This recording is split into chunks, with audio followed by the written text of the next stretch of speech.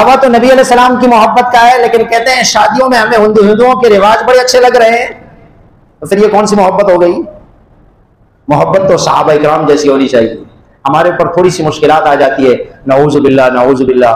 आजकल की नई नस्ल तो उलमा से दूर है, नेक लोगों से मोहब्बत ही नहीं ना।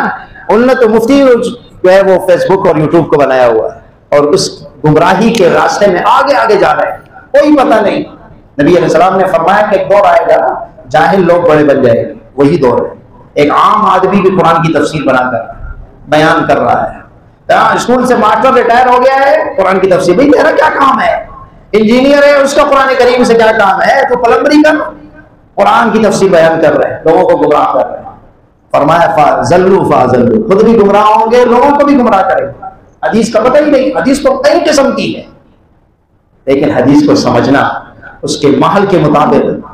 इमाम तिरमिज़ी रहमहुल्लाह फरमाते हैं कि हमारी मिसाल पंसारियों की तरह। पंसारी मुहद्दिसीन हैं, उन्होंने हदीस की किताबें जमा की और फरमाते हैं कि फुक़हा जो फ़क़ीह हैं इनकी मिसाल हकीमों की तरह है, अतिब्बा की तरह है, डॉक्टर की तरह है। मिसाल के तौर पर दूसरे अल्फाज में मैं आपको समझाऊं, जैसे कि ये मेडिकल स्टोर है, इसमें हर किस्म की दवाई मौजूद है, हर किस्म की दवाई मौजूद है। लेकिन अगर आप ये खुद दवाई उठाएं और खुद ही खाने लग जाएं तो ये आपकी सेहत के लिए है या नहीं? उसमें तो लिखा होता है ना, बस औकात ये खांसी का शरबत है। अब ये कौन सी खांसी का शरबत है? हकीम नब्ज़ देखता है और नब्ज़ देखने के बाद बताता है कि इस शख्स की जो तबीयत है वो मोतदिल है या गर्म है या सर्द है, उसके मुताबिक वो फैसला करता है। ये लोगों के गुर्दे क्यों फैल हो जाते हैं, ये दिल के अटैक क्यों हो जाते हैं? उल्टी सीधी दवाइयां इस्तेमाल करते हैं। अब उसके मिजाज का पता नहीं होता कि इसका सर्द मिजाज है, इसका मोतदिल मिजाज है, इसका गर्म मिजाज है।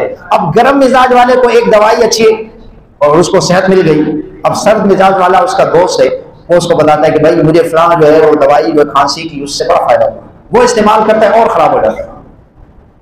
तो ये काम किसका है? ये हकीम और डॉक्टर का होता है। वो ऐसे नुस्खे के पैसे नहीं लिखता। इतनी बड़ी बड़ी फीसें डॉक्टर जो रहता है ये फजूल में नहीं लेते हैं, उनको पता है ना कि ये इस बंदे के लिए ये दवाई मुफीद है। इमाम तिरमिज़ी रहमतुल्लाह फरमा रहे हैं कि हदीसें जो हमने किताब में जमा की है हमारी मिसाल मेडिकल स्टोर वाले की तरह है। और जो फुक़हा हैं, इमाम अबू हनीफा रहमतुल्लाह अलैह, इमाम शाफी रहमतुल्लाह अलैह, इमाम मालिक रहमतुल्लाह अलैह, इमाम अहमद बिन हंबल रहमतुल्लाह अलैह, इनकी मिसाल डॉक्टरों की तरह है। समझ गए?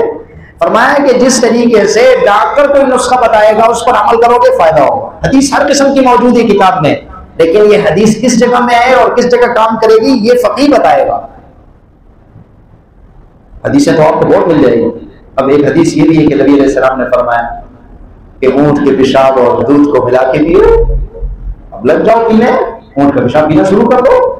बहुत सारी हदीसें है ना। अब हदीस का महल क्या है, किस वक्त उस पर अमल करना है, ये काम फकीह का होता है। समझ गए? हर किस्म की हदीस मौजूद है। जैसे ये कुरान करीम है, ये हमारे पास कहां से पहुंचा है? इसकी कोई दलील है आपके पास? हमारे पास इसकी दलील ये है कि ये मुतवातिर है। ये कुरान मजीद क्या है? मुतवातिर है। हमारे आबा और अजदाद को ये कुरान करीम मिला है, उनके बापों को मिला है, उनके बापों को मिला है, और होते होते होते होते जनाब नबी अकरम सल्लल्लाहु अलैहि वसल्लम तक पहुंचा है। इसको मुतवातिर कहते हैं। मुतवातिर उसको कहते हैं कि इतने ज्यादा लोग हों उसकी गवाही देने वाले कि उसको आप झुठला नहीं सका। मिसाल के तौर पे आपने मक्का और मदीना बहुत से लोगों ने नहीं देखा, लेकिन आपसे जो कोई कहे कि आप कसम खाएं कि मक्का और मदीना मौजूद है या नहीं, तो आप कसम खाने के लिए तैयार हो, लेकिन आपने देखा नहीं है। आपसे बंदा कहे भाई कैसे आप कसम खा रहे हैं कि मक्का और मदीना मौजूद है, आप उसको कहेंगे हजारों बंदों ने हमें बताया है कि मक्का शरीफ भी मौजूद है, मदीना भी मौजूद है, किसी भी मुल्क का आप नाम ले लें, आपने देखा नहीं।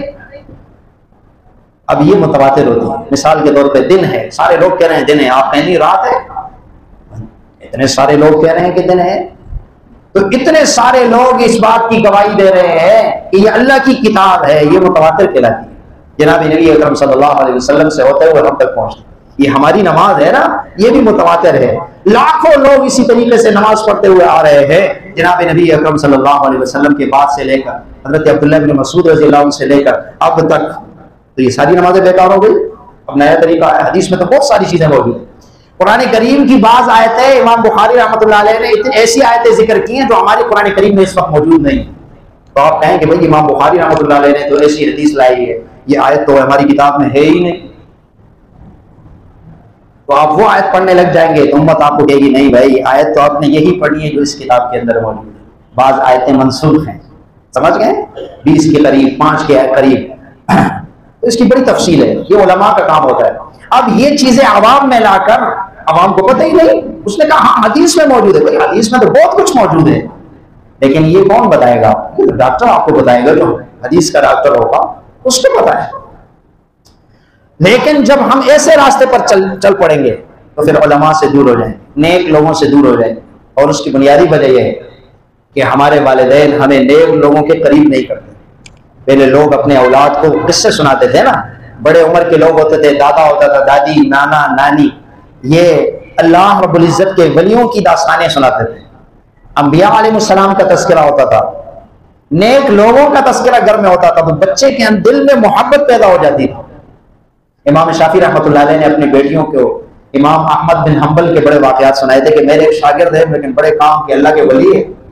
उनके दिल में बड़ा शौक था कि किस तरीके से हम अपने वालिद के शागिर्द इमाम अहमद बिन हम्बल की खिदमत कर सकें। एक दफ़ा इमाम अहमद बिन हम्बल रहमहुल्लाह अपने उस्ताद के घर आए।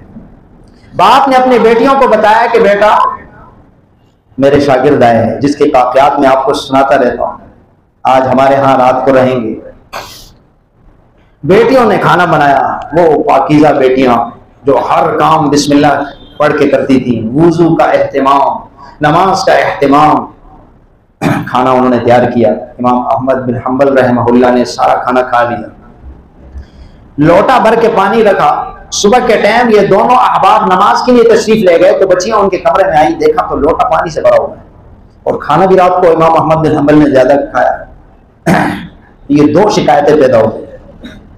वालिद साहब से अर्ज किया कि आप तो इनकी बड़े किस्से और बड़ी तारीफें करते थे, अल्लाह वाले तो बहुत कम खाना खाते, क्योंकि ज्यादा खाना खाया तो सोता रहेगा, दिमाग के अंदर बुखारात बढ़ जाएंगे, फिर सुबह की नमाज भी मुश्किल से मिलेगी।